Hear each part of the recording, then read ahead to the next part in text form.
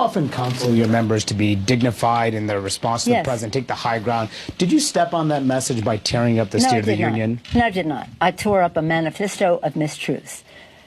It's very hard for us to get you to talk about the issues that we are working on, H.R. 3, infrastructure and the rest. He misrepresented all of that. It was necessary to get the attention of the American people to say this is not true and this is how it affects you. And I don't need any lessons from anybody, especially the President of the United States, about dignity. Dignity. Is it okay to start saying 4 more years in the House of Representatives? It's just unheard of. Is it unheard of for the president to insult people there who don't share his view, as well as to present falsehoods? Some would use the word lie. I don't like to use the word lie about what he is saying. So, no, I think it was completely, entirely appropriate. And considering some of the other exuberances within me, the courteous thing to do. It's appalling, the things that he says, and then you say to me, tearing up his falsehoods, isn't that the wrong message? No, it isn't. And he has shredded the truth in his speech. He's shredding the Constitution in his conduct.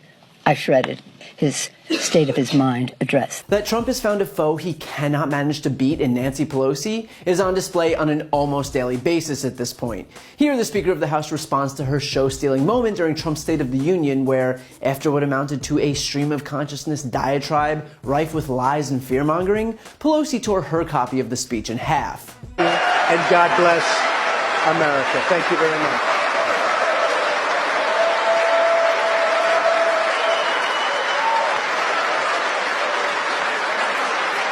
And of course, the move was predictably followed by an uproar from the right, who were able to stop fawning over the guy who locked kids in cages and called for the jailing of his political opponents and siphoned money from the military into his failing resort and attacked Gold Star families, just long enough to feign outrage at the speaker for the cardinal sin of tearing paper.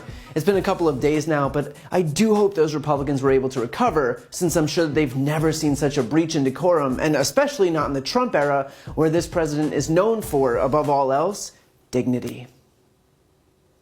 In reality, Republicans lost their ability to complain before Pelosi tearing up the speech even happened.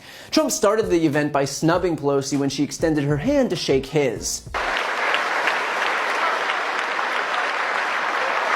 And then Republicans broke out into a fawning 4 more years chant as if this was one of his groveling rallies and not the floor of the House of Representatives. So while I get that the right must be incensed that someone dared stand up to Trump, it'd probably have been just a tad more effective if they didn't cut their own legs out from beneath them and upended protocol in deference to Trump's insatiable ego and crippling insecurities. In other words, if Republicans wanted to clutch their pearls over Pelosi's move, they should probably take care not to look like such raging hypocrites in the process. With all of that said, the point here clearly should not be on Pelosi's reaction to Trump's speech, but on the outright lies that Trump told in the speech itself. He bragged about protecting pre-existing conditions when his administration is in court as we speak trying to strike down the Affordable Care Act, which is the only legislation there is protecting coverage for those with pre-existing conditions. Trump claimed to support lowering prescription drug prices despite doing nothing to actually lower prescription drug prices.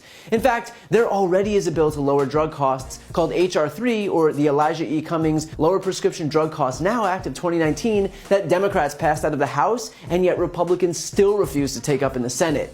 And yet we've never heard a word from Trump to McConnell about taking up the bill. In other words, this is nothing more than just empty grandstanding for applause at the State of the Union. Trump claimed that his administration will always seek to protect Medicare and Social Security when not only has his tax bill resulted in less revenue, meaning less money being invested into those funds, but Trump actually suggested cutting both in his 2020 budget, requesting cuts of $25 billion on Social Security and $845 billion on Medicare. In other words, in some of these cases, there is literally zero overlap between what Trump is saying and reality. And the fact that Republicans are under the impression that this is the speech we have to have pomp and circumstance around, that we're supposed to blindly rally around a spate of lies just because Trump said them from the dais, is beyond absurd. It wouldn't matter if it was said from the moon and broadcast back onto every television on the planet. If it's nothing more than a slew of lies and misinformation, then being torn to shreds is exactly the response that it merits.